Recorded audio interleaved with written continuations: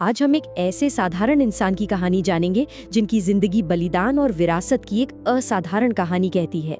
चलिए शुरू करते हैं। ये कहानी है गांव कुतुबपुर चनोरा की, एक ऐसी जगह जहां एक नाम हर किसी की जुबान पर बहुत सम्मान के साथ आता था।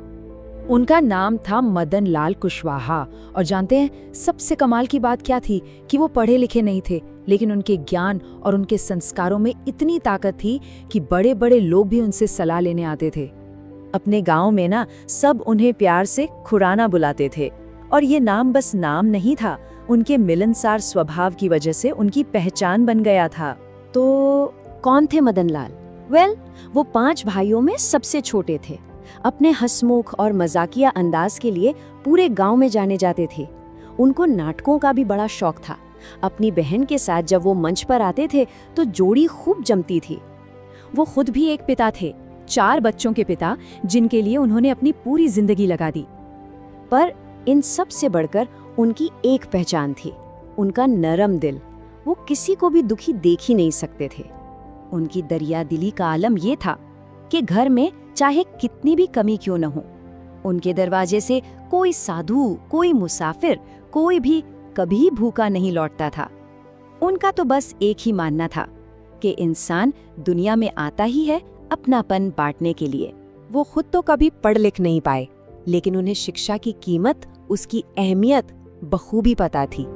वो अक्सर गांव के दूसरे माता पिता को समझाते थे कि अपने बच्चों को जरूर पढ़ाओ, क्योंकि उन्हें एहसास था कि पढ़ाई के बिना इंसान कितना अधूरा रह जाता है। उन्होंने अपनी मेहनत से एक अच्छी खासी ठीक ठाक जिंदगी बना ली थी।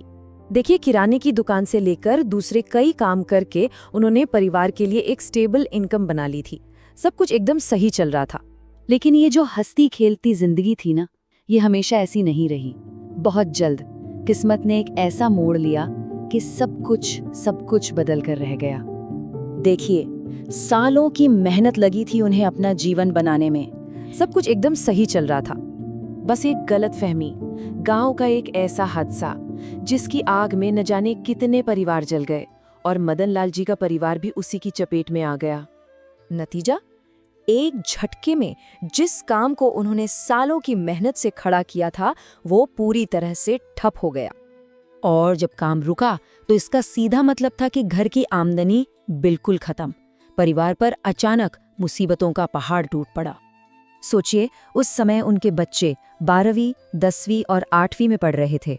घर में खाने तक की मुश्किल हो गई थी। पर उस बाप ने एक प्रण लिया, कुछ भी हो जाए बच्चों की पढ़ाई नहीं रुकेगी। और बस यहीं से उनके जीवन के सबसे मुश्किल, सबसे कठिन दौर की शुरुआत होती है। अब सवाल तो सीधा सा था, है ना? जब कमाई का कोई रास्ता ही ना बचा हो तो घर कैसे चलेगा? और उससे भी बड़ा सवाल, बच्चों की पढ़ाई का खर्च, वो कहाँ से आएगा? तो मदन लाल का जवाब था संघर्ष। उन्होंने एक छोटा सा काम शुरू किया, चूड़ियां बेचने का। एक संघर्ष जो सिर्फ और सिर्फ अपने बच्चों के भविष्य को बचाने के लिए था। ये जो स्लाइड पे लिखा है ना, ये सिर्फ शब्द नहीं है, ये एक पिता की हिम्मत की दास्तां है। वो चूड़ियां बेचने के लिए हाथ गाड़ी धकेलते थे। सोचिए, एक बार तो हालात इतने बिगड़ गए कि पैसे खत्म होने पर वो दिल्ली से फिरोजाबाद तक पैदल ही चले आए।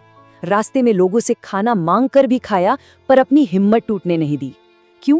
क्योंकि दिमाग में बस एक ही धुन सवार थी, बच्चों की पढ़ाई का खर्च पूरा करना है। ये सिर्फ कुछ 100 किलोमीटर नहीं थे। इस दूरी को एक पिता के बलिदान, उसके दर्द और उसकी अटूट इच्छा शक्ति से नापा जाना चाहिए। ये यात्रा उनके संकल्प का प्रतीक थी। सालों तक ये मुश्किल सफर चलता रहा, और फिर आखिरकार आशा की एक किरण नजर आई। ऐसा लगने लगा कि शायद अब उनकी मेहनत रंग ला रही है। साल था 2015। ये साल उनके परिवार के लिए एक नई सुबह लेकर आया।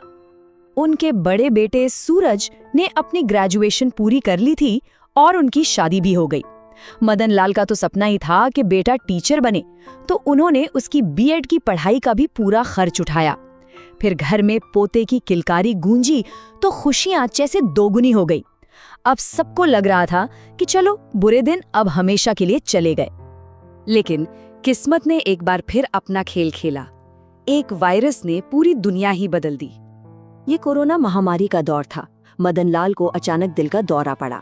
उन्हें अस्पताल ले जाया गया, लेकिन उस मुश्किल वक्त में वहाँ कोई डॉक्टर मौजूद नहीं था और सही इलाज न मिल पाने की वजह से उन्होंने दम तोड़ दिया। उनका इस तरह चली जाना यकीनन एक बहुत बड़ी ट्रेजेडी थी, लेकिन मदन लाल की कहानी यहाँ खत्म नहीं होती, बल्कि उनकी असली जीत तो उस विरासत में है जो वो अपने पीछे छोड़ गए। पिता के जाने के बाद उनके बेटों सूरज, आनंद और आलोक ने भी ठीक वही किया जो उनके पिता ने उनके लिए किया था।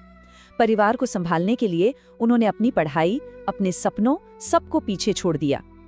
यही शायद सबसे बड़ा दुख है इस कहानी का। मदन लाल जी ने जीवन भर संघर्ष किया सिर्फ इसलिए ताकि वो अपने बच्चों को कामयाब देख सकें, पर देखिए किस्मत का खेल, वो ये सुख कभी देख ही नहीं पाए। तो उनकी कहानी ये सवाल तो छोड़ ही जाती है कि आखिर किसी की जिंदगी का सच्चा माप क्या है? क्या वो दौलत है, शोहरत है, क्या है? मदन लाल कुशवाहा आज हमारे बीच नहीं है, ये सच है, लेकिन उनकी विरासत वो उनके कर्मों में जिंदा है।